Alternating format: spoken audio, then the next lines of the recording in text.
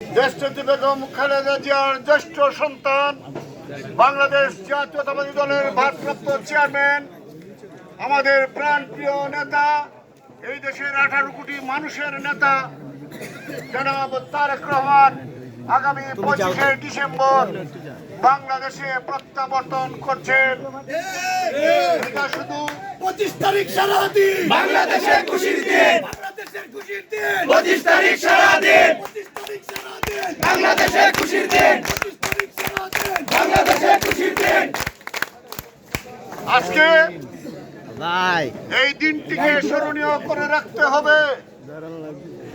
এই দিনটি ঐতিহাসিক দিন। এই ঐতিহাসিক দিনটি শুধু বাংলাদেশ নয়, সারা বিশ্ববাসী যেন দেখে যে তারেক রহমান এই দেশের আপামর জনগণের নেতা এবং এই দেশের 18 কোটি মানুষের নেতা। তাকে বরণ করে নেওয়ার জন্য সমস্ত দেশবাসী ঢাকায় জমায়েত হয়েছে। আজকে আমি বলে দিতে চাই, 25শে ডিসেম্বর সকাল 11:30 উনি ঢাকা বিমানবন্দর অবতরণ করবেন। 12টায় উনি বিমানবন্দর থেকে বেরিয়ে সরাসরি আবার কেয়ার হাসপাতালে যাবেন। উনার মাতা আমাদের প্রিয় নেত্রী দেশনেত্রী বেগম খালেদাকে দেখে উনি 300 ফুটে মঞ্চ তৈরি করা হয়েছে, সেইখানে ওনাকে গণসম্বর্ধনা দেওয়া হবে। ওই নেত্রী আছে রে? কোনো কিংবদন্তি নেত্রী আছে?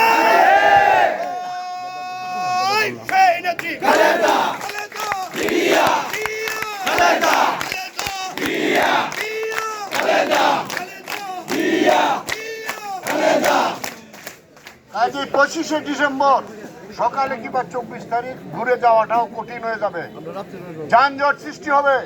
আমি অনুরোধ করব, যাদের থাকার জায়গা আছে 300 ফুটের আশেপাশে, বসুন্ধরা, উত্তরখান, দক্ষিণখান সহ পুরীর ওইসব দিকে যাদের থাকার জায়গা আছে তারা আগের দিন ঢাকা চলে যাবেন। ট্রেনে যাওয়াটা নিরাপদ, যারা ট্রেনে যেতে চান ট্রেনেও যেতে পারবেন। আমাদের অবস্থান করার স্থান নির্ধারণ করা হয়েছে 300 ফুটে, যেখানে মঞ্চ তৈরি করা হয়েছে তার বিপরীত দিকে বসুন্ধরা গ্রুপের একটি বিরাট মাঠ আছে। সেই মাঠে আমাদের সামিয়ানা টাঙ্গিয়ে কিশোরগঞ্জ জেলার নেতা কর্মীদের অবস্থানের জন্য স্থান তৈরি করা হয়েছে। আপনারা যে যখন জবাবেই যান সরাসরি ওই স্থানে চলে যাবেন। আমরা যারা বাসে আসবো, আমরা 24 তারিখ রাত্রে রওনা হবো। কেউ আগে চলে যাবেন, কেউ ট্রেনে যাবেন, কেউ ব্যক্তিগত গাড়িতে যাবেন। যে যেভাবেই যান এই 300 ফুটের সেই নির্ধারিত স্থানে চলে আসবেন। আমরা কিশোরগঞ্জের নেতাকর্মীরা সবাই আমরা আশা করছি কিশোরগঞ্জ থেকে অন্তত 50,000 নেতাকর্মী সেই 300 ফুটে অবস্থান দিবে। কেউ আজকে যে যেভাবে পারেন কাল থেকে ঢাকা যাওয়ার চেষ্টা করবেন। আমরা ইনশাআল্লাহ ঢাকা অবস্থান করবো। আপনারা কষ্ট করে দেশটা তারেক রহমানের উপলক্ষ করে আজকে স্বাগত মিছিল করেছেন। আমি জেলা বিএনপির পক্ষ থেকে, আমার পক্ষ থেকে আন্তরিক অভিনন্দন এবং শুভেচ্ছা জানিয়ে আমার ধন্যবাদ।